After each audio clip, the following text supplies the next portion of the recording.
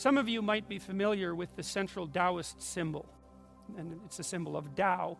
And Tao is a very strange word. It doesn't have an easily translatable single meaning, at least in English. It means a variety of things. It means the path of life. So that would mean the path that you take as you move forward through life. But it would mean more also the proper path. So it's the proper path through life. So the idea, Tao is a symbol of reality. And one of the things it means is the path you take through life. And so there's an implicit idea there that the fundamental reality of life is the path you take through life. It's not a materialist idea. It's a different kind of idea. It's the idea that life is a journey. Well, we're mobile creatures and we're on a journey, and the best way to conceptualize reality is as the place that you journey through. And the question is, well, what are the elements, what are the constituent elements of the place that you journey through? Because that's also part of Tao, and the Taoists believe that that's yin and yang. And yin is the black serpent, because those are two serpents head to head that make up the totality of the world. And the black serpent is yin, and yin is feminine, classically speaking, from the Taoist perspective. It's a symbolic representation. It doesn't mean that women are yin and that men aren't. It's not that. It's an attempt to use sexual symbolism to represent a deeper underlying reality. And yang is masculine. Yin is dark and night. And there's a white dot in the black serpent, and there's a black dot in the white serpent. The white serpent is the daytime and masculinity. And it's the interplay between those two things that make up reality. And one can transform into the other at any moment. And so that's the Taoist idea of reality. And so there's yin and yang, and they make up the world. And the question is, perhaps our question is, well, what exactly does that mean? Well, it actually means something. It's a kind of abstraction. And it's actually an incredibly helpful abstraction once you understand the abstraction. It might be the most real abstraction there is. So I'm going to lay out for you a little bit about what these two domains refer to. And then I'm going to make a case that they're real. And then I'm going to tell you what it means that they're real. So you could think of yin as chaos. Now we need to know what chaos is. Now, chaos is what God made the world out of at the beginning of time. So one of the things that chaos is it's something like potential. And so you can imagine, and this is not how we think as modern people, because we tend to think in a materialist way, but it is how we act. And as I said already, you act as if you confront potential. And you treat potential as if it's real, and if your attitude towards it confers on you a certain moral obligation, which is why you know what people mean when they say you're not living up to your potential. No one ever says, well, what do you mean by potential? Not unless they're being argumentative, because you already know. And very few people say, well, I'm fully living up to my potential. So you admit to the reality that undergirds that the conception that makes that question a possibility immediately. The potential is the future. That's part of it. And we believe in the future. We believe that it exists, even though it isn't here and it's not measurable. It only exists as a potential set of realizable possibilities. That's what the future is. And it's really what we contend with. We don't really contend with the present precisely. We orient ourselves towards the future, and the future comes at us from every direction. And we decide as we encounter the future which parts of it we're going to interact with and how we're going to construct the present and the past as a consequence of doing that. And so part of chaos is potential, and that's the positive part. It's like if you're in a bind, what you look for is potential. Is there another way of conceptualizing this? Do I have a different way of acting? Can I make another plan? Is there something that I'm not taking into account that would make this terrible situation tolerable? That's all an attempt to call upon potential and to use it to transfigure a reality that's intolerable. And maybe it's intolerable because of the way you're conceptualizing it. Now, I'm not being naive about that. I understand perfectly well that people can find themselves so badly cornered in life that they're basically done no matter what they do. People obviously develop fatal illnesses and they die and their businesses collapse, and genuinely terrible things can happen to you that aren't your fault, that you can't fix. I'm not saying that you can just gerrymander the world by changing your attitude. It's not that straightforward. But I am saying that you have a tremendous ability to transform the landscape of possibility that reveals itself in front of you, and that when things are terrible, that's your best bet. It doesn't mean it will succeed. It just means you don't have a better option. And so chaos, that potential, is also something that manifests itself in a terrible manner. So imagine this is a good way of thinking about it. So imagine that you have an intimate relationship. Let's say a marriage, and the marriage is predicated on trust and fidelity, which is a variant of trust, and that the trust and fidelity is an axiom of your memories. You might think, well, what does that mean? It's like, well, let's play it out. Imagine you've been married for 10 years, and then your wife tells you that she has had 3 affairs, each of them lasted 3 years, and the last one has lasted 5 years, and it's still ongoing. Or maybe you discover that. Okay, so then you might say, well, what happens then? Well, what happens is that everything you thought was wrong, right? And this is such an interesting thing, because it actually means you had the past, and you think the past is fixed, it's done with, that's why it's the past. But all of a sudden you find out that one of the things that you thought about the past, and it happens to be a very important thing, wasn't true at all.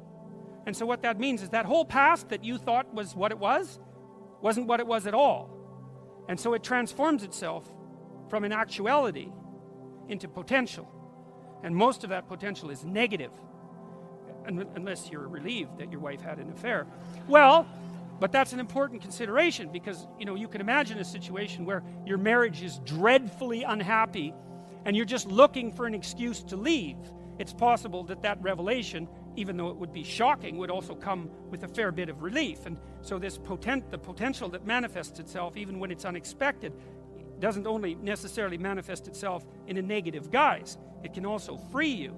And if your marriage was unhappy, even if you wanted to cling to it, if your marriage was unhappy and the betrayal was revealed and you're divorced and you set yourself up, in 2 years you might be in a better place than you were. It's not a pathway I'm recommending, by the way.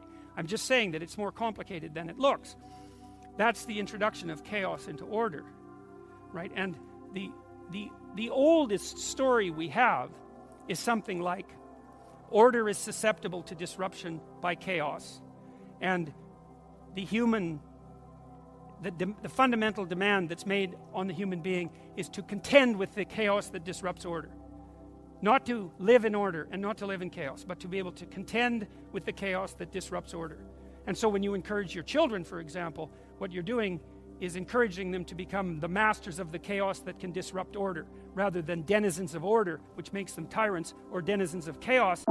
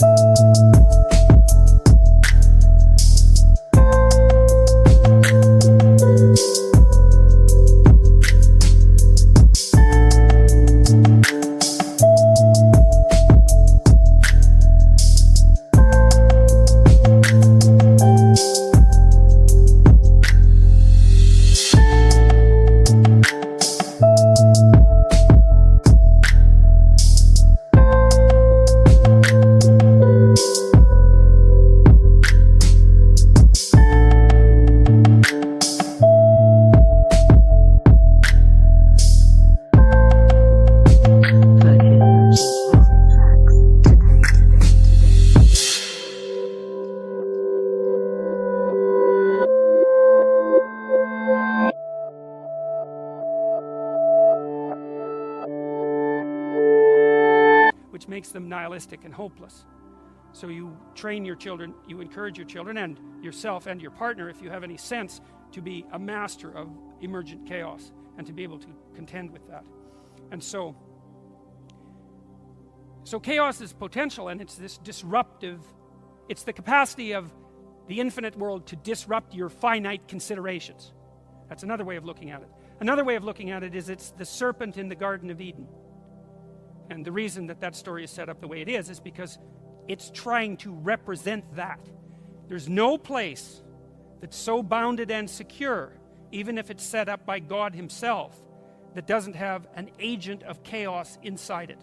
It's exactly the same idea that the Taoists put forward with their symbolic representation. It's just portrayed in a different manner. And the question is, well, what do you do in the garden given that there's a snake in it?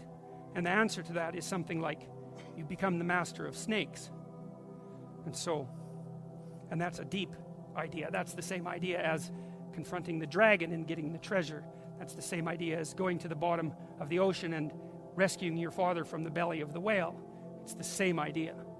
And that's an element in the greatest of stories, and the greatest of stories is the heroic story. And the heroic story is to voluntarily confront the unknown when it manifests itself, and to gather something of value as a consequence, and to share it with the community. There isn't a story that's more emblematic of what it means to be human than that. That is us. That's our best bet. All right, so chaos. Chaos is the catastrophe that will suddenly enter your life. Chaos is the flood that's definitely coming. Chaos is the ever-present possibility of apocalypse in your personal life, in your familial life, and in this broader social life, right? Chaos is the consequence of your finite fragility existing in a world that's beyond you. Chaos is potential. Chaos is what lies before you. Chaos is what you can call on when you need something to rescue yourself from malfunctioning order. It's a permanent element of existence. Chaos is what you don't know. Chaos is what's outside the fire. Chaos is what's outside the walls of your house. Chaos is what's outside the walls of your town. Chaos is what's outside of the borders of your country. All of that is chaos and potential. Order.